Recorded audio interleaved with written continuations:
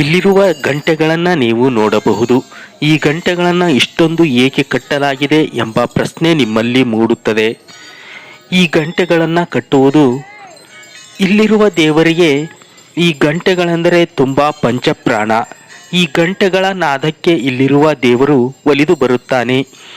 ನೀವು ಒಂದು ಗಂಟೆಯನ್ನು ಅರ್ಪಿಸಿದರೆ ಸಾಕು, ಈ ದೇವರು ನಿಮ್ಮೆಲ್ಲ ಕಷ್ಟಗಳನ್ನು ನಿವಾರಣೆ ಮಾಡುತ್ತಾನೆ. ಅಂತಹ ಒಂದು ವಿಶೇಷವಾಗಿರ್ತಕ್ಕಂತಹ ಈ ಒಂದು ದೇವಸ್ಥಾನದಲ್ಲಿ ಸಿಗುವ ಅವಲಕ್ಕಿ ಪ್ರಸಾದವನ್ನು ನೀವು ಸೇವಿಸಬಹುದು. ನಮ್ಮ ರಾಜ್ಯದಲ್ಲಿ ಎಲ್ಲಿಯೂ ಸಿಗದಂತಹ ವಿಶೇಷವಾಗಿರ್ತಕ್ಕಂತಹ ಅವಲಕ್ಕಿ ಪ್ರಸಾದ ಇಲ್ಲಿರುತ್ತದೆ. ಬಯಲು ಆಲಯದಲ್ಲಿಯೇ ಇರುವ ಈ ಒಂದು ವಿಶೇಷ ಗಣಪತಿ ಇರುವುದು ಸೌತಡ್ಕದಲ್ಲಿ. ಈ ಒಂದು ಸೌತಡ್ಕ ಗಣಪತಿಗೆ ತನ್ನದೇ ಆಗಿರ್ತಕ್ಕಂತಹ ಒಂದು ದೇವಸ್ಥಾನವಿಲ್ಲ.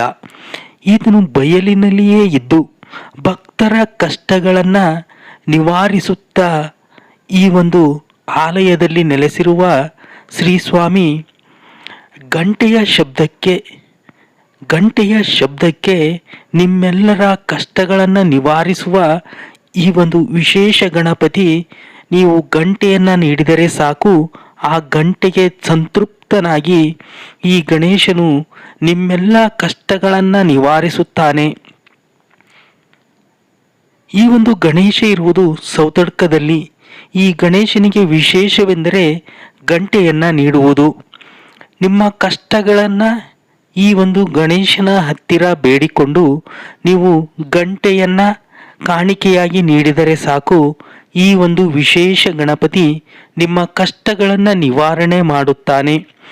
ಈ ಒಂದು ಗಣಪತಿ ಇರುವುದು ಸೌತಡ್ಕದಲ್ಲಿ. ಈ ಗಣೇಶನು ಬಂದು ಇಲ್ಲಿ ನೆಲೆಸಲು ಒಂದು ವಿಶೇಷವಾಗಿರತಕ್ಕಂಥ ಕಥೆ ಇದೆ. ಈ ಒಂದು ಸೌತಡ್ಕ ಅನ್ನುವ ಹೆಸರೇ ಒಂದು ವಿಶೇಷವಾಗಿದ್ದು, ಇಲ್ಲಿ ನೆಲೆಸಿರುವ ಗಣೇಶ ಇನ್ನೂ ವಿಶೇಷವಾಗಿದ್ದಾನೆ.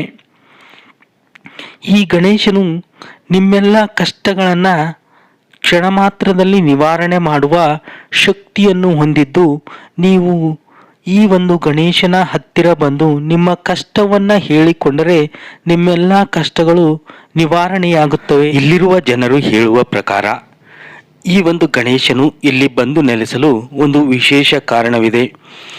ಈ ಗಣೇಶನು ಮೊದಲು ಇಲ್ಲಿರಲಿಲ್ಲ, ಬೇರೆ ಪ್ರದೇಶದ ಒಂದು ದೇವಸ್ಥಾನದಲ್ಲಿ ಪೂಜಿಸಲ್ಪಡುತ್ತಿದ್ದ.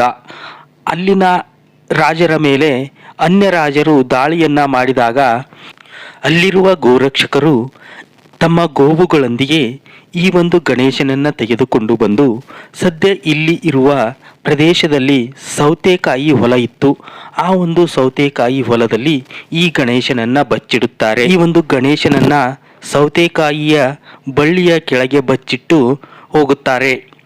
ಅಂದಿನಿಂದ ಈ ಒಂದು ಗಣೇಶ ಇಲ್ಲಿಯೇ ಪ್ರತಿಷ್ಠಾಪನೆಯಾಗಿ ದೇವಸ್ಥಾನವಿಲ್ಲದೆ ಈ ಒಂದು ಪ್ರದೇಶದಲ್ಲಿ ಭಕ್ತರ ಕಷ್ಟಗಳನ್ನು ನಿವಾರಿಸುತ್ತಾ ಇಲ್ಲಿ ನೆಲೆ ನಿಂತಿದ್ದಾನೆ. ಸೌತ ಎಂದರೆ ಸೌತೆಕಾಯಿ, ಅಡ್ಕ ಎಂದರೆ ಗದ್ದೆ ಅಥವಾ ಜಮೀನು. ಸೌತಡ್ಕ ಎಂದರೆ ಸೌತೆಕಾಯಿಯ ಗದ್ದೆಯಲ್ಲಿ ಸಿಕ್ಕ ಗಣೇಶನೇ ಈ ಒಂದು ಸೌತಡ್ಕ ಗಣೇಶ. ಈ ಒಂದು ಗಣೇಶನಿಗೆ ಇಲ್ಲಿಯೇ ಒಂದು ಕಟ್ಟೆಯನ್ನು ಕಟ್ಟಿ ಅಲ್ಲಿ ಪ್ರತಿಷ್ಠಾಪಿಸಿ ಅಲ್ಲಿಂದ ಪೂಜಿಸಲಾಗುತ್ತಿದೆ. ಅಂದಿನಿಂದ ಇಲ್ಲಿಗೆ ಬರುವ ಪ್ರತಿಯೊಬ್ಬ ಭಕ್ತರ ಸರ್ವ ಕಷ್ಟಗಳನ್ನು ನಿವಾರಿಸುತ್ತಾ ನೆಲೆ ನಿಂತಿರುವ ಶ್ರೀಸ್ವಾಮಿಯ ದರ್ಶನವನ್ನು ಒಮ್ಮೆ ಮಾಡಿ. ಈ ಒಂದು ಸೌತಡ್ಕ ಬೆಳ್ತಂಗಡಿ ತಾಲೂಕಿನಲ್ಲಿ ಕಂಡುಬರುತ್ತದೆ. ಈ ಒಂದು ದೇವಸ್ಥಾನ ಕೊಕ್ಕಡದಿಂದ 3 ಕಿಲೋಮೀಟರ್ ದೂರದಲ್ಲಿ ನೆಲೆಸಿರುವ ಈ ಒಂದು ಸೌತಡ್ಕ ಗಣಪತಿ ಮಹಾಶಕ್ತಿಶಾಲಿಯಾಗಿದ್ದಾನೆ. ಧರ್ಮಸ್ಥಳ ಮತ್ತು ಕುಕ್ಕೆ ಸುಬ್ರಹ್ಮಣ್ಯ ರೋಡಿನಲ್ಲಿ ಕಂಡುಬರುತ್ತದೆ. ಈ ಒಂದು ಕ್ಷೇತ್ರ ಪುಣ್ಯ ಕ್ಷೇತ್ರವಾಗಿದ್ದು, ಇಲ್ಲಿ ಬರುವ ಭಕ್ತರ ಎಲ್ಲ ಕಷ್ಟಗಳನ್ನು ಇಲ್ಲಿರುವ ವಿಘ್ನೇಶ್ವರ ನಿತ್ಯ ಅವರ ಕಷ್ಟಗಳನ್ನು ಪರಿಹರಿಸುತ್ತಾ ಹೀಗೆ ಬಯಲು ಆಲಯದಲ್ಲಿ ಆಸೀನರಾಗಿ ಕುಳಿತಿದ್ದಾನೆ.